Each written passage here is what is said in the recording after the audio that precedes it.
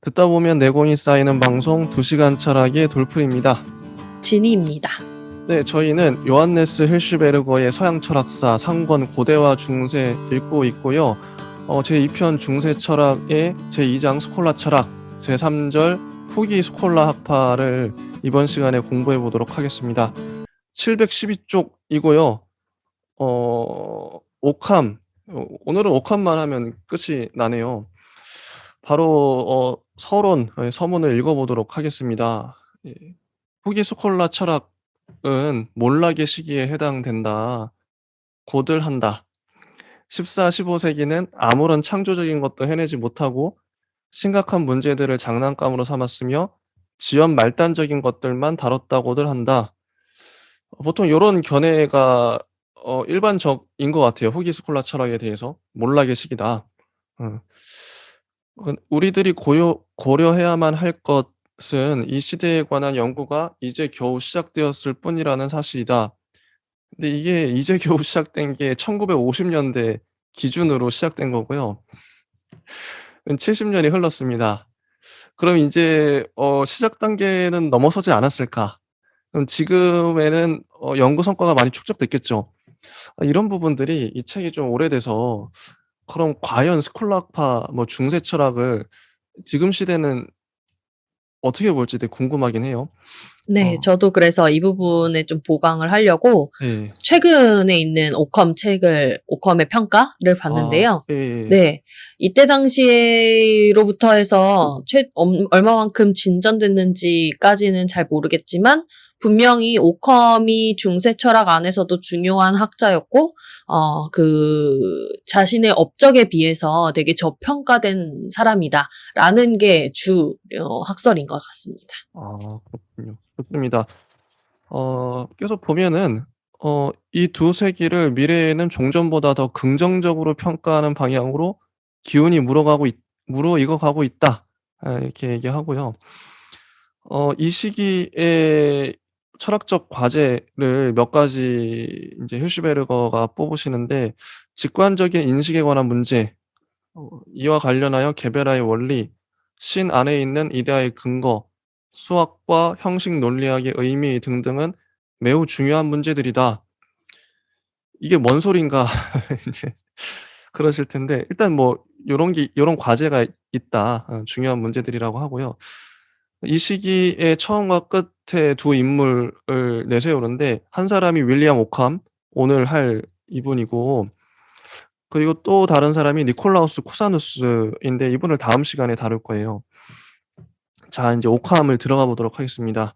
1. 오캄과 오캄주의라는 제목이고요. 생애와 저작을 보면 거룩한 창시자라는 별명을 가지고 있는 윌리엄 오캄은 1285년경 런던에, 영국에서 태어난 거죠. 남쪽 지방에서 태어나 프란시스코회 수사가 되어 옥스포드에서 공부하고 거기서 가르치고 교회에 반대되는 학설 때문에 고소당하여 아비뇽의 교황청으로 소환당했다가 도망쳐 나와 바바리아, 바이에른, 지금 남부 독일이라고 하는데요. 이쪽에 루드비 왕에게 가담했었다. 그는 황제시여 칼로서 나를 지켜주소서. 나는 붓으로서 황제를 지켜드리겠습니다라고 루드비 왕에게 말했다고들 한다. 1329년부터 그는 미넨에 살면서 군주의 교회 정치적 이익을 대변한다. 루드비 왕이 죽은 후 그는 교황과 화해하려 애썼고 자기의 과거의 태도를 철회했다. 1349년 그는 미네네에서 패스트에 걸려 죽은 것 같고 거기에 묻혔다. 철학적으로 중요한 저작들은 다음과 같다. 명제집주의, 7가지의 자유논제, 포르피리우스 범주론 제1권, 명제론 제1권, 개변론 제1장 해설, 아리스토텔레스 자연학 소전, 논리학 대전, 여기까지가 저작들이고요. 되게 짧게 나왔어요. 자, 생애 저작 관련해서 혹시 하실 말씀이 있으실까요? 일단 이 사람이 되게 천재였다고 하고요. 아. 네, 다른 학생들에 비해서 되게 어린 나이에 옥스퍼드대에 입학을 했다. 그리고 졸업도 빨리 했다라고 알려져 있습니다. 그래서 그렇게 천재적인데도 불구하고 이 사람이 궁극적으로 교수 자격을 받지 못했죠. 음. 그래서 교수는 못 됐고, 뒤에 나오는 우리 쿠사누스 같은 경우는 되게 권력자였잖아요. 아. 네, 쿠사누스 같은 경우는 권력자였는데, 오캄은 그에 준하거나 아니면 그보다 훨씬 어렸을 때부터 되게 똑똑했고 월등했는데, 아마 오늘날 똑똑한 사람들이 되게 그러하잖아요. 뭐 이제 기성세대에 되게 반박도 많이 하고, 예. 어떤 방식으로 대화를 잘 하는지 모르는 똑똑한 사람들이 많아요. 음. 그래서 아마 시대를 잘못 타고났다라고도 말할 수 있겠지만, 시대적으로 조금 융합하는 방식, 아니면은 뭐 이렇게, 조화롭게 통합하거나 아니면 그것들을 수용해 나가면서도 조금씩 변화할 수 있는 그런 방식에 대해서 좀 잘 모르는 사람이지 않았을까 개인적으로 생각을 해봤고요. 페스트로 생을 마감했지만 그 전까지 정치적 상황에 연루되는 여러 가지 방식들이 좀 구체적으로 오늘날은 좀 서술이 되어 있는 책들이 좀 있는 것 같아요. 그래서 보시고 그 당시에 이 비운의 천재가 어떤 방식으로 시대와 같이 저물어 갔는지를 파악하시면 또 이 나름대로 재미있는 생애와 저작 부분이 되지 않을까 싶습니다. 이 중세가 저물어가는 그 시기를 이 오캄이 그대로 받았던 것 같아요. 그래서 그 맥락들을 읽어가시면서 오캄이 주장했던 바, 그리고 그 시대가 받아들였던 거, 받아들이지 못했던 것들을 같이 공부를 하시면 아마 오캄의 생애와 중세 말기가 비슷한 상황이었겠구나라고 잘 학습하실 수 있을 것 같습니다. 네. 오캄이 교회에 반대되는 학설 때문에 고소당해서 아비뇽 교황청에 소환당했다가 도망쳐 나와서 루드비 왕에게 가담하는 음, 이런 모습이 보여지죠. 네. 예. 그 재밌어요. um베르토 에코의 장미의 네. 이름 보셨어요? 아니요. 그게 오캄을 모델링했다라는 썰이 있습니다. 예. 그렇다고 예, 하더라고요. 그래서 저는 몰랐고, 그래서 음. 몰라서 보면서 되게 비슷하다라고 알았는데, 음. 그게 사실은 여러모로 약간 추리소설 같이 구성이 되어 있잖아요. 네, 아. 그래서 중학교 때 되게 재밌게 읽었던 기억이 나는데, 그 영화로도 만들어졌으니까 음. 한번 보시면서 이제 오캄이 이런 캐릭터였겠구나. 좀 음. 독특한 캐릭터가 나와요. 우리 셜록 생각하면 약간 꼬장꼬장한 그런 천재 타입이 나오는데요. 좀 아. 비슷한 그런 캐릭터가 나옵니다. 그래서 한번 보시는 것도 재밌을 것 같습니다. 네. 좋습니다. 자 인제 본격적으로 714 쪽을 보시면 오캄의 인제 철학이 구체적으로 나오는데요. 소제목은 인식입니다. 읽어 보면 "인식의 기원과 타당성에 관한 학설을 내세움으로써 오캄의 입을 통해 하나의 새로운 시대가 발원을 하게 된다." 그래서 아래에는 그 이전에 뭐 대표적인 철학자들의 어떤 인식을 어떻게 봤는지 경험보다 이성을 내세운 거죠. 715 쪽을 보면 "그러나 이제 오캄에게 있어서는 감각적인 경험이 순수한 능동인으로 된다." 라는 문장이 나와요. 경험을 중시한 거죠. 우리들은 외부 세계의 대상들을 감각적, 직관적으로 바라보는 것이나 또는 우리들의 심리적인 작용에 대한 정신적, 반성적인 직관 이외에는 아무것도 필요치 않다. 이성이 아니라 직관이라는 거죠. 그동안 이성을 강조했었는데 직관이고 경험인 거죠. 우리들은 실제적인 세계의 인식 원천을 우리들 안에 가지고 있다. 어 우리들 안에 가지고 있다. 뭐 외부에 인식 원천이 있는 게 아니라 우리들은 이 원천으로부터 출발하여 추상작용을 통해 보편적 개념들과 보편적 명제들을 형성한다. 그리고 우리들은 학문을 해 나갈 요소들도 가지고 있다. 가지고 있어요, 우리가. 고대의 스페키스, 그 신적인 본질이라고 하는데 이게 필요가 없다. 능동적인 요소와 수동적인 요소, 즉 대상과 인식, 이 두 가지는 일치되고 곧 성과가 생긴다. 그 이외에는 아무것도 없다. 어 대상과 인식만이 있는 거죠. 음. 뭐 혹시 여기까지 지니 님은 어떻게 생각하시나요? 인식론이라고 하는 오컴의 이야기가 어 결론부터 딱 말씀을 드리고 시작하는 게 더 쉬울 것 같은데요. 음. 오컴의 분명한 입장은 경험주의적 유명론이었다라고 이야기가 정리가 된다고 합니다, 오늘날. 그래서 경험주의적 유명론이라고 했을 때 우리가 두 가지가 떠오르죠. 그래서 보편자 혹은 개별자를 생각할 때 보통은 개별자의 방점을 찍고요. 보편자라는 단어를 오캄에서 사용을 한다라고 한다면, 그 오캄이 사용을 한다라고 한다면 그냥 이름뿐인 보편자를 사용하는 거예요. 말 그대로 이 오캄이란 사람이 우리가 뒤에 가면 알 수 있겠지만 논리학이나 그 언어를 매우 첨예하게 분석해 놓는다라고 해서 오캄의 그런 방식의 주의 혹은 주장 자체를 오캄의 면도날이라고 얘기를 하고 있어요, 전반적으로. 그래서 그런 사상을 생각을 해보시면서 이 사람이 보편자라는 단어를 썼을 때는 단순 전적으로 이것은 논리적인 문맥 안에서의 이름으로서 그냥 지향하는 기호로서 보편자라는 단어를 쓰는 것이고, 이 사람은 전적으로 경험주의적 이렇게 붙기 때문에 개별자에 입각해서 설명을 했고, 그럼 이제 우리가 궁금해지는 건 개별자를 중심에 둔 설명 안에 이 사람 역시도 중세 기독교 철학의 그 철학가였기 때문에 그럼 신에 대해서 어떻게 설명했을까인데요. 그 부분에 좀 집중을 하셔서 보면은 좀 새로운 설명을, 그 이전과는 좀 다른 설명을 읽어내실 수 있을 것 같습니다. 그래서 우리가 기억해야 될 것은 경험주의적 유명론자다. 이게 저는 이제 그 오컴을 보면서 그 생각이 들었는데, 그 유명론과 실제론을 우리가 다룰 때 이건 이제 저의 견해이긴 한데, 그때 당시에 원래는 실제론자만 있었는데, 뭐 플라톤도 그렇고 이데아가 실제한다, 보편자가 실제한다 그런 거잖아요. 원래 실제론자들이 100% 였는데 이게 유명론자가 등장한 거예요, 역사가 흐르면서. 아니 그러면 그 보편이 이름뿐인 거 아니야? 이런 질문을 던진 거죠. 그러니까 원래 역사에서는, 이게 정리하면은 실제론자들만 있다가 인제 중세에 들어와서 야 이게 실제론자만 있다가 유명론자가 들어왔죠. 그래서 양자구도가 됐는데 그러니까 유명론자가 역사에 이렇게 뚝 들어온 거예요. 근데 그런 느낌으로 오캄도, 이게 원래 오캄 이전까지는 이성을 그 중심에 놓고 모든 것들을 바라봤었어요.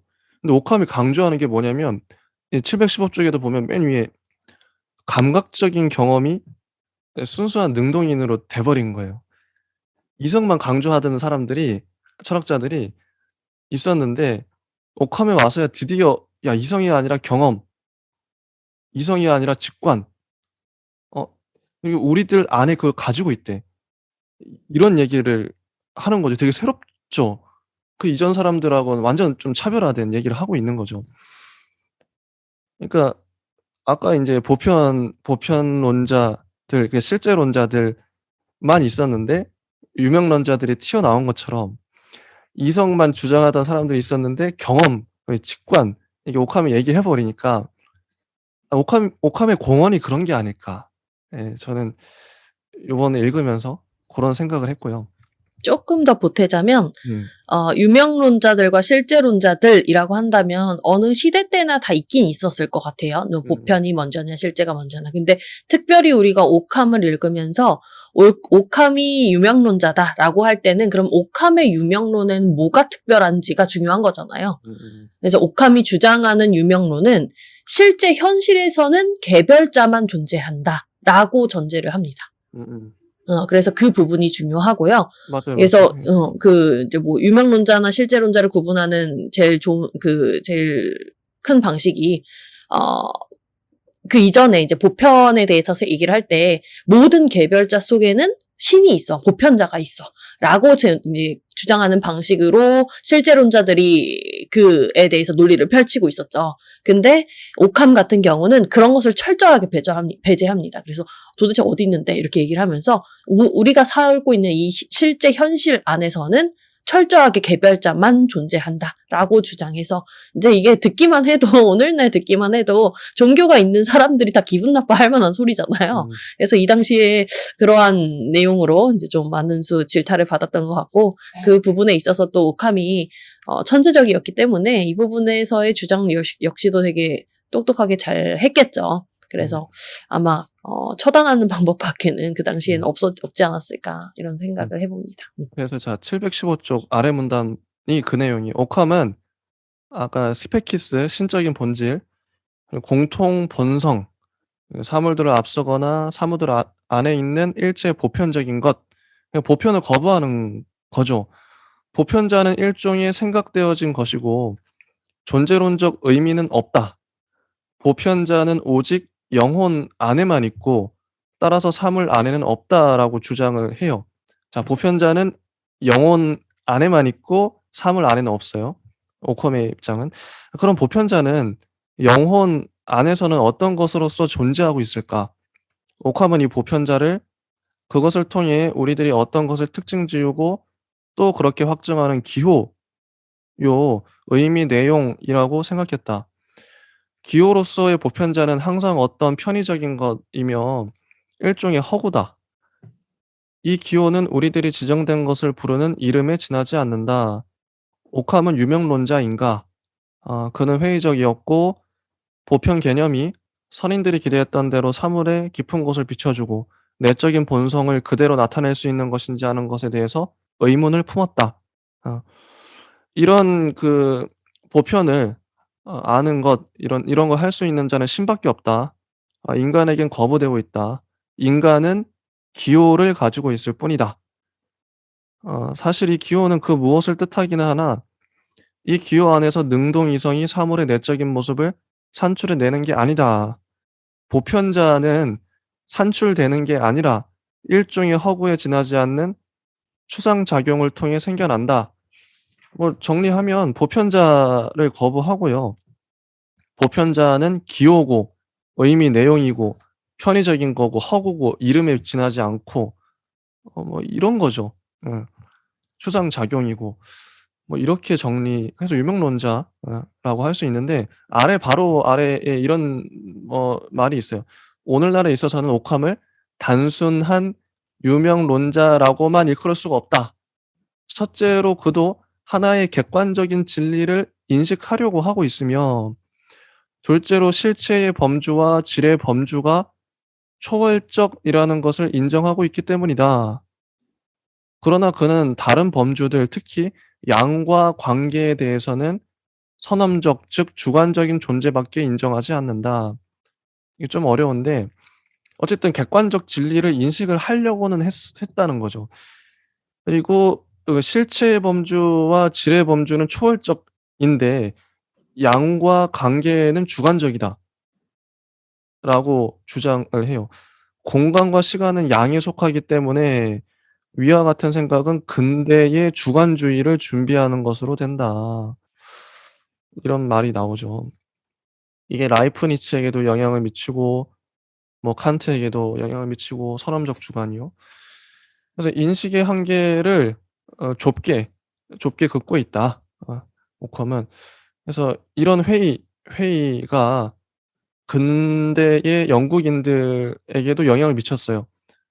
그래서 오캄이 이 책만 봤을 때는 오캄은 영국 철학자들의 아버지 같은 느낌이고요. 뒤에 나오겠지만 니콜라우스 쿠사누스는 독일 철학자들의 아버지 같은 느낌으로 그려져요. 일부러 대비시켜서 딱 두 사람을 딱 잡은 거죠, 이 사람이. 뭐 그렇게 보이기도 해요. 이 책만 봤을 땐. 자, 지니 님 요거 뭐 어떻게 하실 말씀 있으실까요? 네, 오컴이 되게 뭐 천재적으로 그 언어적인 어떤 관심 이런 게 되게 많았던 것 같아요. 학자로서. 사실 언어적인 관심하면 떠오르는 게 이제 분석 철학 시작하면서 러셀부터 시작해서 뭐 비트겐슈타인 등등이 떠오르는데요. 논리 철학. 근데 그런 맥락에서 되게 많은 수 영향을 주고받았다라고 이제 받지는 못했겠지만 많은 수 영향을 주었다라고 해서 되게 근대의 맹아처럼 되게 많이 읽히기도 하고요. 그 이전 철학사와 비교를 해보면 오컴이 왜 이렇게 질타를 받고 되게 비관적인 어떤 학자처럼 이렇게 그려지게 됐는지는 또 짐작이 가능합니다. 왜냐하면 아퀴나스까지 우리가 배우면서 스콜라 철학에서는 통합, 뭐 조화, 그리고 뭐 이런 종합 이런 게 되게 목적이었잖아요. 그래서 신앙을 중심에 세워두고 그 신앙과 더불어서 이성과의 조화, 아우구스티누스의 그런 맥을 이어가면서 그 이성이 아무리 뛰어나고 좋다 한들 이성으로 인해서 인간이 흥하려면 궁극적으로 신의 이성, 신의 논리 안에서 이제 추구가 돼야 된다. 뭐 이런 맥이 계속 한동안 이어져 왔고 그것을 스콜라 철학자들의 핵심으로 우리가 배웠는데 오컴이 이걸 바로 무너뜨린 거죠. 그래서 스콜라 철학자들이 기껏 그렇게 오랜 세월 동안 그 혼란한 중세 역사기를 거쳐서 열심히 세워놨던 그 말을 이제 논리적인 분석이랑 언어적인 어떤 의미 뭐 이런 것들에 천착해서 정말 반박할 수 없게끔 그렇게 신앙과 이성의 결별을 만들어냈기 때문에 일종의 그 당시 시대에 이제 뭐라고 해야 되나요? 뭐 반란인 것처럼 느껴지고 맞아요. 또 그의 말을 듣다 보면 그 되게 첨예하게 분석을 잘 해놓은 학자였기 때문에 그 언어적으로 되게 논리학 이쪽에 되게 능했고 그에 반면에 약간 형이상학 이게 다른 책에서는 오캄에 해당하는 그 철학 이론 안에서는 형이상학을 발견하기 좀 어렵다 뭐 이런 내용이 있는데요. 형이상학에 관련해서는 좀 허구로서 많이 다뤘기 때문에 이 당시에는 좀 받아들이기 힘들었겠다라는 생각을 많이 했습니다. 이게 그러니까 보편자를 신으로 보면 되는데 하나님이죠. 맞아요. 당시에 그 신이 그 보편자를 신으로 바꿔서 얘기해 볼게요. 똑같은 아까 방금 읽었던 걸 똑같이 읽는 건데 오컴은 신을 거부한다. 음. 신은 생각되어진 것이고 신은 기호요, 의미 내용이고 편의적인 거고 허구요. 신은 이름에 지나지 않는다. 신에 대해서 회의적이고 의문을 품고 있다. 이런 거랑 똑같은 말인 거예요, 당시 사람들이 봤을 때. 그리고 아까 그 실체의 범주, 질의 범주가 초월적이라고 했는데 당시에는 그 플라톤주의자들은 모든 것들이 다 초월적이겠죠. 근데 양과 관계는 초월적인 게 아니야. 이게 주관적으로 그게 내가 어떻게 인식하느냐에 따라 경험하는 거에 따라서 달라. 이렇게 얘기해 버리니까 그럼 신의 영역이 쫄아들어 버리는 거고 이렇게 돼 버리는 거죠. 이런 효과가 발생했다. 717 쪽을 보면 오캄에 의하면 항상 개별적인 것만이 인식된다. 그전에 이제 주류 철학자들은 항상 보편적인 것이 인식된다. 보편자, 뭐 이데아 이렇게 말할 수 있겠죠. 근데 그거에 완전 반대되는 항상 개별적인 것만 인식이 돼요. 개별자가 맨 먼저 알려지는 것이고 또 이것만이 진정으로 알려지는 것이다. 그 아래 문장을 보면 이게 좀 말이 어려운데 "우리들은 인간의 개념을 소크라테스와 다른 사람에 관해 같은 뜻으로 진술할 수는 없다고까지 말하고 있다." 예, 같은 인간이라고 해도 인간마다 다른 거예요. 자, 소크라테스에게만 항상 같은 뜻으로 "그는 인간이다."라고 말할 수 있으며 본래 완전히 확실한 명제는 소크라테스는 소크라테스라고 하는 명제뿐이라는 것이다. 전 이걸 어떻게 해석했냐면 이게 말이 좀 어렵게 써 있는데 철수는 철수고 영이는 영이고 소크라테스는 소크라테스인 거죠. 그전까지는 철수, 영이, 소크라테스가 다 인간이었어요. 인간이란 보편자. 어떻게 보면 이데아인 거죠. 이데아 그 인간으로 모든 개별자들이 그냥 인간으로 설명이 됐던 거예요, 그전까진. 그런데 이 시대에 그러니까 오캄에게 와서야 소크라테스는 소크라테스고 영이는 영이고 철수는 철수야. 그 다르죠. 보편자로 이렇게 뭉뚱그리지 않죠. 그래서 신에게도 보편적인 개념이 없다. 신조차도 보편적인 개념이 없어요. 신은 오직 개별적인 것만 창조할 뿐이고 이 개별적인 것이 곧 이데아들이다. 스코투스도 이미 이런 말을 했었다. 그러나 오캄에게 있어서는 한층 더 극단적으로 된다. 왜냐하면 스코투스는 그래도 일종의 공통적 본성을 인정했으나 오캄은 이 공통적인 본성을 강력하게 부인하기 때문이다. 자, 718쪽 보면 마지막 그 단락에 오캄은 정말로 개별적인 것을 지지하고 성실히 이런 태도에만 머물렀다. 따라서 그는 아리스토텔레스를 자연주의적으로 해석하는 방향으로 나아갔다. 이렇게 이번 이 소제목 단락이 끝나는데 개별적인 것, 개별자만이 어 알려지는, 인식된다. 요거 어떻게 보셨나요? 네, 이게 저도 오캄의 중심, 철학의 일반 배경 안에서의 지금 중심 이야기, 사상, 뭐 철학인 것 같고요. 어, 이, 이 중심 사상 때문에 저는 오캄을 위시한 중세 철학사는 한 번쯤 읽어볼 법하다라고 느꼈고요. 물론 두 번째는 쿠사누스겠죠. 그래서 오캄과 쿠사누스가 이렇게 많은 수 이야기는 되는 데는 의미가 있겠지라고 생각하고 읽기를 시작했지만 그 제가 생각했던 것보다 의미가 되게 컸던 것 같고요. 그 당시 아마 이 혁명적인 아니면 전복적인 이런 사상 자체를 받아들이기 어려웠던 것만큼 오늘날 이 사상가들을 읽어냈을 때는 상당히 많은 수 근대 현대 철학사들에게 영향을 많이 주었구나라는 쪽으로 반증을 좀 우리가 읽어낼 수 있기 때문에 그 부분에서 뭐 중세 철학 안에 읽어볼 법한 뭐 신앙에만 몰두한 사람만이 있었던 것이 아니다라는 것을 우리가 또 느끼고 끝날 수 있는 좋은 철학자가 아닐까 그런 생각을 했습니다. 이게 진짜 중요한 게 오캄이 보편자, 이게 신만 바라보던 이 사람들에게 개별자, 각각의 인간들을, 고유한 인간들을 의 맨얼굴을 바라볼 수 있게끔 해준 거예요. 그래서 이 개별자 한 명 한 명을 주목할 수 있게 된 음. 거죠, 오캄 덕분에. 네, 좀 음.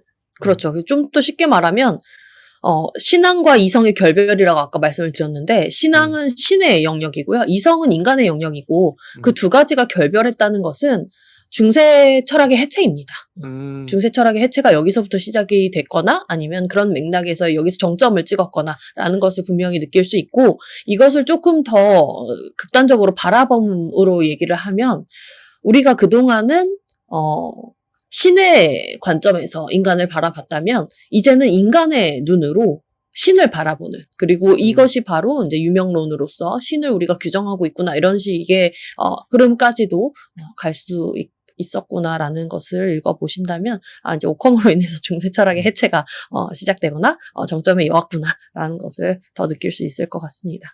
맞아요.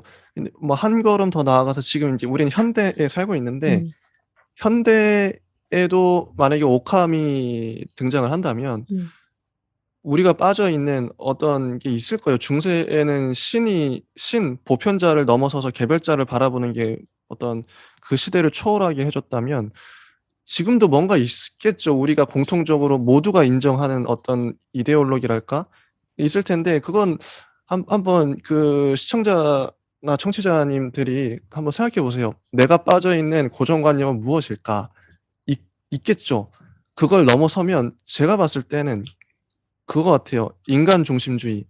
지금 인제 자연, 음, 고양이, 강아지와 사는 분들도 많이 있고 자연 환경이 되게 중요해지는데 그런 것들을, 그러니까 인간 목숨 목숨 못지않게, 인간의 목숨 못지않게 강아지나 고양이도 어떻게 보면 동등한 수준으로 '앞으로 미래는 그렇게 되지 않을까?' 이게 좀 예측을 하는데요. 음. 되게 유명한 급진적이죠. 말이 있죠. 네, 네. 유명한 말이 "시대마다 신은 있다." 이렇게 얘기를 하는 유명한 어. 말이 있는데 그 신의 모습이나 우리가 믿고 있는 신의 형태는 어. 그 소속된 그 동시간대에서는 잘 모르죠. 우리가 뭔가를 추양하고 있는지는. 근데 그 부분을 계속 생각하면서 지내면 이게 중세 사람들이 우리가 '신밖에 모르네.'라고 이제 네. 쉽게 비판할 수 없는 그런 지점이 열리게 될 거라고 생각을 하고요. 저도 비슷하게 좀 추측을 해 본다면 이 시대의 신은 돈이죠. 돈, 자본주의. 물신화 네, 응. 뭐든지 다 물신화되어 있기 때문에 응. 음 그런 논리를 좀 벗어나서 생각할 수 있다면 맞아요. 응. 쪼끔 더 우리가 다음 시대의 어떤 맹아로서 얘기될 수 있을 법한 그런 생각들도 아. 만들어낼 수 있지 않을까 싶습니다. 네, 맞습니다. 자, 718쪽 두 번째 소제목이 신이에요, 신. 오캄의 개별주의는 자기의 신학에도 파급되었고 여기서도 그는 독자적인 태도를 취했다. 만약에 신 안에 보편적인 이데아들이 없다면 신의 의지는 자유다. 신조차도 이데아 보편적 이데아를 안 가지고 있어요. 그러면 신의 의지는 자유라는 거죠. 신은 자기에게 정해져 있는 것을 실행할 필요가 없다.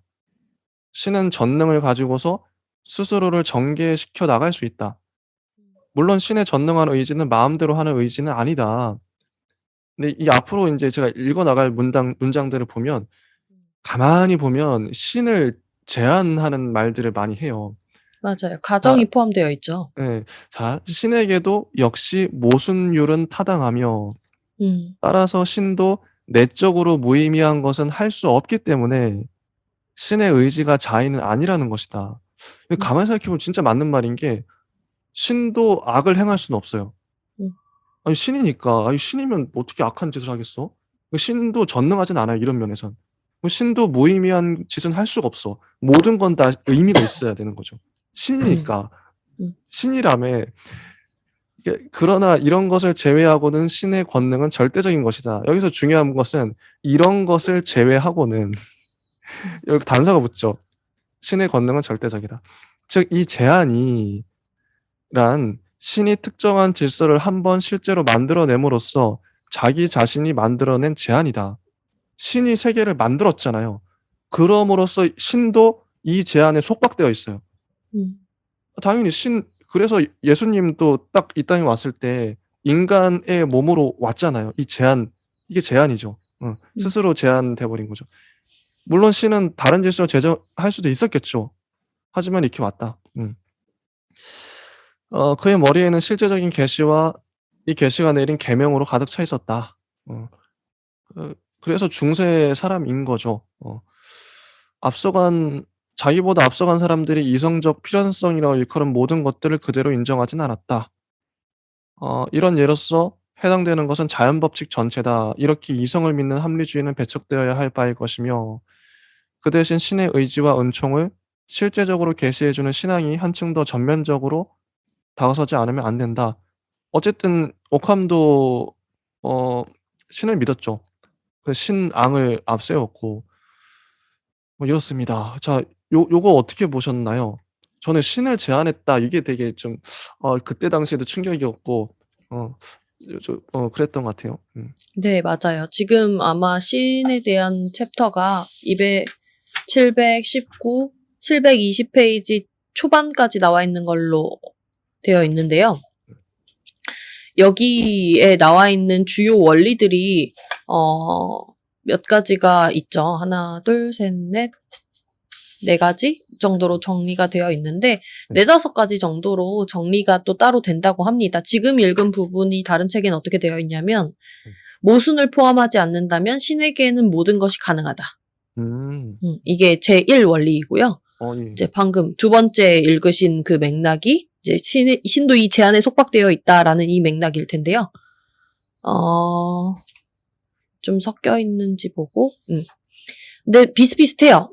이제 여러 가지 뭐뭐 하지 않으면 무엇하다. 이렇게 되는 이제 가정하고 있는 그런 맥락들 안에서 신 역시도 하나의 어떤, 뭐 추론이나 뭐 연역이나 뭐 이런 전제들 안에 걸려 있고요. 그 진술 안에서 어떤 존재인지 언어적으로 최대한 접근하려고 노력하고 있는 그 지점을 읽어낼 수 있습니다. 그래서 신이 2차적이든, 즉 피조된 원인들에 의해 창조되는 것이 무엇이든 신은 그것을 2차적인 원인들의 도움 없이도 직접 만들어내거나 보존할 수 있다. 즉 전지전능하다라고 하는 절대 권능의 신의 이야기를 하고 있지만 절대적인 절대 권능의 그 능력에도 뭐뭐뭐뭐 하지 않으면 어떤 도움이 없이도라는 어떤 조건부가 붙기 때문에 맞아요. 신 역시도 이제 오캄 안에서는 조금 이제 다른 방식의 전지전능함으로 이제 규정이 되고 있구나라고 느끼실 수 있을 것 같습니다. 719 쪽의 두 번째 문단 "신이 전능하다고 하는 가르침은 오캄에게 있어서도 윤리에 관한 물음들을 제기한대요. 선이 선하기 때문에 신이 선을 원하는 것이 아니라 신이 그것을 원하기 때문에 그것이 선한 것이다." 이런 말을 하죠. 신이 그걸 원하기 때문에 그게 선한 거다. 신은 십계명의 여러 계명들뿐만 아니라 현재 통용되고 있는 윤리 질서 전체를 다른 질서들로 바꿔 놓을 수도 있다고 생각할 수 있다. 토마스 아퀴나스는 자연 법칙은 이성적으로 필연적인 것이기 때문에 변경할 수 없는 것이라고 생각했었다. 그랬죠. 오캄은 스코투스의 발자취를 따르며 개체주의적, 주의주의적인 태도를 취한다. 그래서 사람들은 그에게 도덕적 실증주의라는 딱지를 붙여버렸대요. 네, 여기까지가 신에 대한 파트가 끝인데 혹시 더 하실 말씀 있으실까요? 네, 아마 그 도덕적 실제론자 혹은 유명론적 경험주의 뭐 이렇게 얘기를 했을 때 경험적 유명론자죠. 그렇게 얘기를 했을 때 방금 이야기했던 신에 대한 주요 원리들이 정리가 될 것 같습니다. 그래서 뭐 모순을 포함하지 않는다면 혹은 신이 2차적인 피조물들에게 도움을 받지 않는다면 혹은 여러 실제들에 무관하게 이야기할 수 있다면 혹은 자명하거나 그 경험에 의존한 어떤 명제로부터 근거한 것이 아니라면 뭐 이런 식으로 계속 조건을 달고 있고요. 궁극적으로 2차 저차 우리 이 세계에 해당하는 여러 가지 유기적인 요소들에서 다 따로 떼어져서 정말 독립된 어떤 것이 있다면 그게 신이다. 이렇게 얘기를 하는데요. 그런 게 있을 리가 없죠. 이 세계에서. 그래서 이걸 돌려서 이야기를 하면요. 이런 모든 것이 불가능하기 때문에 이 경험적 세계에서는 보편자는 없다. 이렇게 얘기를 하고 있는 그 하나의 수렴지를 우리가 읽어낼 수 있어야 합니다. 우리 옛날에 고전 소설이나 고전 산문 원문 이런 거 읽어보면 뭐 구운 밤에 싹이 나면 당신을 잊겠습니다. 뭐 이런 류의 내용들을 줄줄이 썼던 연시조 뭐 이런 것들 아마 기억나실 거예요. 입시하시면서. 있죠, 네. 있죠. 철로 된 뭐에서 뭐가 나면 있겠습니다. 뭐 이런 내용이 있는데요. 다 불가능한 상황을 전제한 채로 그 다음에 얘기를 하는데요. 그 말을 뒤집어서 보면은 난 너를 잊지 못하겠다거든요. 그래서 그런 맥락으로 이제 언어적인 어떤 오늘날 보기에는 약간의 말장난처럼 여겨지기도 하고, 일종의 이 당시에는 좀 논리로서 받아들여지면서, 조금 완전히 완성된 형태는 아니지만 논리학이나 언어학 혹은 언어 분석 철학의 시초이지 않았는가 이런 얘기들이 있습니다. 오캅은 그래도 이제 문학적인 표현과 다르게 되게 논리적으로 그래도 읽어보면 다 맞는 말이죠. 그럴듯하게 이제 맞는 말이고 그래서 이게 이런 조건부들이 신을 제한하는 말들 오캅의 논리대로라면 신의 영역이 되게 쪼그라드는 근데 뭐 그래서 인제 근대가 왔겠죠. 신의 절대적인 왕자에 앉아 있는 신이 이렇게 내려온 거죠, 그 왕자에서. 이런 논리적인 반박 제한 때문에 자 720 쪽을 보면 세 번째 소제목 유명론자들이 나오는데요. 오캄을 에워싸고 있는 일단의 사람들은 그 전 시대의 사람들 및 이들의 관념 실제론 실제론자들과는 반대로 새 시대의 사람이라고 불렸대요. 보편자의 실제성을 부인했기 때문에 유명론자라고 불렸다. 보편자는 이름뿐이다. 이게 유명론자들이죠. 이들 중에 어떤 사람들은 오캄의 인신론적인 비판주의를 강조하고 다른 사람들은 그가 경험과학을 촉진시켰다는 것을 강조했으며 따라서 이들은 주로 자연과학적인 방향으로 나아갔다. 요 첫 번째 문단은 그러니까 자연과학적인 방향으로 오캄이 나아갈 수 있도록 도왔다는 거죠. 근대에는 과학을 또 빼놓을 수가 없잖아요. 그래서 자 두 번째 문단을 보면 유명론자들의 비판 정신은 물론 단순히 오캄에게만 그 근원이 있었던 것은 아니다. 이미 강해 하인리, 두란두스, 페트루스 오레올리 등에 있어서 비판의 바람이 불고 있었다. 특별히 우리들의 개념이 형이상학적으로 어느 정도의 타당 범위를 가지고 있는가 하는 물음들에서 비판의 바람이 일고 있었다. 유명론자들에 이르러서야 비로소 과거와의 단절이 분명하게 된다. 여기에서 종래의 근본적인 확신이 포기되기 때문이다. 이게 인제 우리가 초반에도 얘기했던 과거와의 단절, 종래의 근본적인 확신이 포기되었다. 이 부분이 정말 이 오캄이 이런 역할을 해준 거죠. 이데올로기를 깨부수는. 너무 잘했어요. 너무 좋다. 예. 그 721 쪽을 보면 유명론자들의 주된 근거지는 파리였다고 하고요. 독일에서는 빈, 에어프루트, 프라, 하이델베르크에 있었고 자 자연과학적인 방향에 속하는 자들한테는 하면서 나오는데 그래서 뭐 브리다누스는 아리스토텔레스의 자연학의 지배를 무너뜨리고 운동을 본성적인 곳을 향해 자연적인 곳을 향해 노력하는 데 원인이 있다고 보지 않고 임페투스라는 개념이 나옵니다. 임페투스는 질이라고 하는데 형상적인 것이 증감하는 것을 일정한 분포에 따라 수적으로 표시하려는 방법이라고 하는데 이 임페투스 이 질의 폭 이게 은근히 자주 나와요. 근데 이게 뭔가 싶은데 그거 같아요. 제가 봤을 때 미분 적분 있잖아요. 그러니까 운동 시작과 끝만 그동안 파악했었는데 그 운동 사이 운동의 사이 있잖아요. 형상의 폭. 또 그러니까 723 쪽을 보면 시작과 끝남 사이에 생기는 것 이게 인제 운동을 제대로 파악하는 거죠.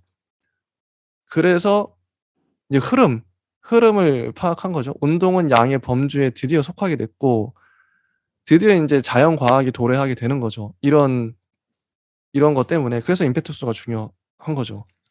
일정한 분포잖아요. 분포는 미적분이거든요. 이렇게 막 보는 건데 저도 잘 모르지만 삭센의 알베르투스는 빈대학의 초대 총장이었고 중력 문제에 전념했었다.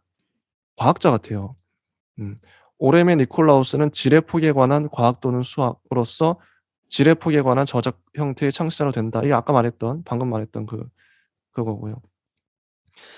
자 그래서 722 쪽을 보면 이러한 자연과학적인 관심을 끌었던 세 가지 주제 물질적인 실체의 구조, 중력과 낙하, 질의 폭에 관한 수학이 있었다. 이게 뭐 방금 다 설명했어요. 그래서 운동의 시작과 끝만 그동안 파악했는데 사이를 문제 삼았고 형상들이 변화하는 폭, 흐름, 운동을 양의 범주로 봤다. 이게 끝이에요. 자 이 파트 관련해서 혹시 진희 님은 어떻게 보셨는지? 음. 네. 아마 이제 오컴의 어떤 면들이 도대체 근대적이었길래 이런 것들이 가능했는지 좀 정리를 하고 음. 말씀해 주신 것처럼 사실 직전에 우리가 둔스 스코투스 이렇게 했는데요. 둔스 스코투스 자료가 많이 없어서 못 봤다 이렇게 얘기를 했죠. 근데 이제 자료를 찾았습니다. 그래서 다른 여러모로 좀 살펴보게 되었는데, 스코투스가 토마스 아퀴나스의 실제론을 좀 비판을 하는 큰 맥락에서 중세의 후기, 스콜라 철학의 후기에서 조금, 이 신앙과 지식의 결별을 좀 만들어내는, 그런 시발점에 있었는데요. 사실 이 스코투스가 했던 말을 그대로 오컴이 반복하는 것이 아닌가라는 오해를 할 수도 있는데, 좀 달랐다고 합니다. 그래서 스코투스 같은 경우는, 실제론을 비판을 하면서도 개별자에 집중해서 그 개별자의 이야기를 하고 있긴 하지만 오컨과 크게 다른 점이 뭐였냐면 그 개별자 안에서 여전히 형상에 대해서 진료와 형상 얘기할 때 그 형상, 그 개별자 안에 들어있는 보편자의 논리에 대해서 계속 얘기를 했대요. 그래서 그 스코투스에게 비판을 본격적으로 한 것이 이제 오컴이고 오컴은 말한 것처럼 이 현실 세계 안에서 경험 세계 안에서 애초에 보편자라는 것은 존재하지 않는다 쪽으로 확고하게 이야기를 하고 있기 때문에 그 개별자가 개별자로서 존재하는 것이지 개별자 안에 있는 어떤 이데아적인 논리로서 그 개별자가 존재하는 것이 아니다라는 것을 분명히 해서 그 스코투스로 마무리될 수 있는 스콜라 철학의 그런 거대 논의에서 이제 좀 빠져나올 수 있던 것이고 그 맥락 안에서 그렇다면 그 개별자들은 어떻게 해서 존재하고 우리와 어떤 관계가 있는지를 그 당시에 이제 뭐 히랍 철학이나 여러모로 영향을 받았던 근대 과학 기반의 여러 사상들을 가지고 왔던 것으로 보이고요. 그 근대적인 요인들이 개별자만 존재한다라는 주장의 근거가 됐을 것이고 두 번째는 그래서 이제 경험에 입각한 여러모로 관찰 이런 것들이 좀 수행이 됐을 것이고 세 번째로는 이 사람도 궁극적으로 기독교 철학이 끝자락에 있기 때문에 신성과 이제 조금 연관이 있어서 어떤 방식으로 그의 논의를 전개했는지가 중요할 텐데 그 신성을 증명하기 위한 지식은 사실 쓸모가 없다 이런 식으로 증명을 했다고 해요. 그래서 그런 맥락에서의 근대적인 어떤 요인들 그리고 중요한 지점은 아까 말씀하신 부분 중에서 신이 행하는 건 신이 선을 좋아하기 때문에 그 선을 행하고 선을 행해야 하고 이런 쪽으로 얘기를 했는데 인간은 그럼 돌이켜서 좀 반대로 생각을 해보면 인간은 그것이 악임을 알면서도 악을 선택할 수 있다라는 맥락에 좀 방점이 찍혀져 있었고 그 부분이 궁극적으로 신과 인간을 좀 별개로서 생각할 수 있는 그런 사상의 어떤 초기 어떤 소스들을 제공하지 않았을까 해서 요런 맥락들의 근대적인 요소들이 있었다라고 정리를 할 수 있을 것 같습니다. 이게 저도 좀 인제 정리가 되는 게 자 개별자, 보편자가 아니라 개별자에 주목을 하다 보니까 보편자로 가면 생각이 필연적으로 이게 추상적으로 관념적으로 갈 수밖에 없어요, 철학적으로.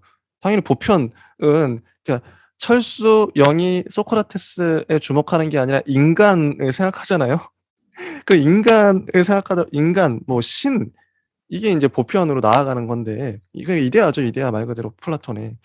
그러니까 보편 쪽으로 넘어가다 보면 현상학적으로 이렇게 위로 생각이 자꾸 올라가는데 개별자에 주목하게 되면 드디어 생각이 땅으로 내려와요.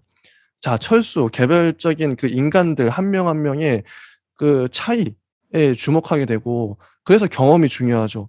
인식이 중요하고 우리의 오감이 중요한 거죠. 그러다 보니까 과학이 중요해졌다고 생각을 해요.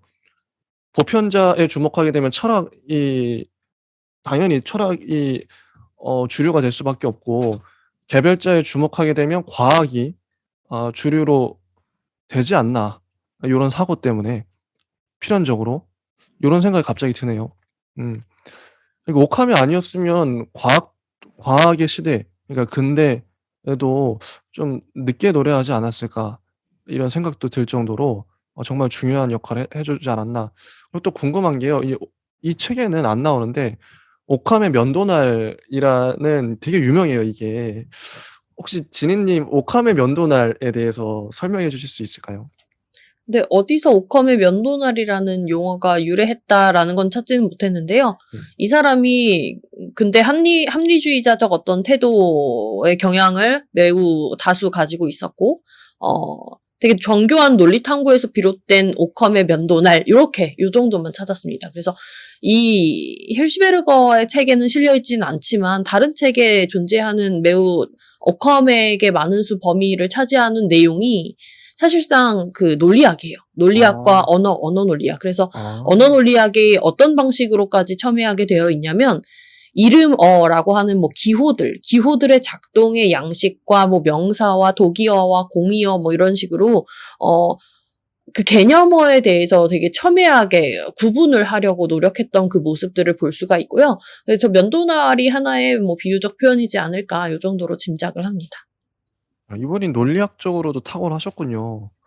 논리학으로 가장 유명했대요. 어. 네. 근데 이 책에는 논리학이 뭐 전혀 안 나오고 네. 이게 아마 50 아마 좀 년대 녹아들어서 네. 나왔던 것 같아요. 그 아까 신에 대한 이야기도 사실 네. 신에 대한 증명이라기보다는 그 언어 논리학적으로 신에 대한 공식을 세워 놓은 것이기 때문에 네. 네.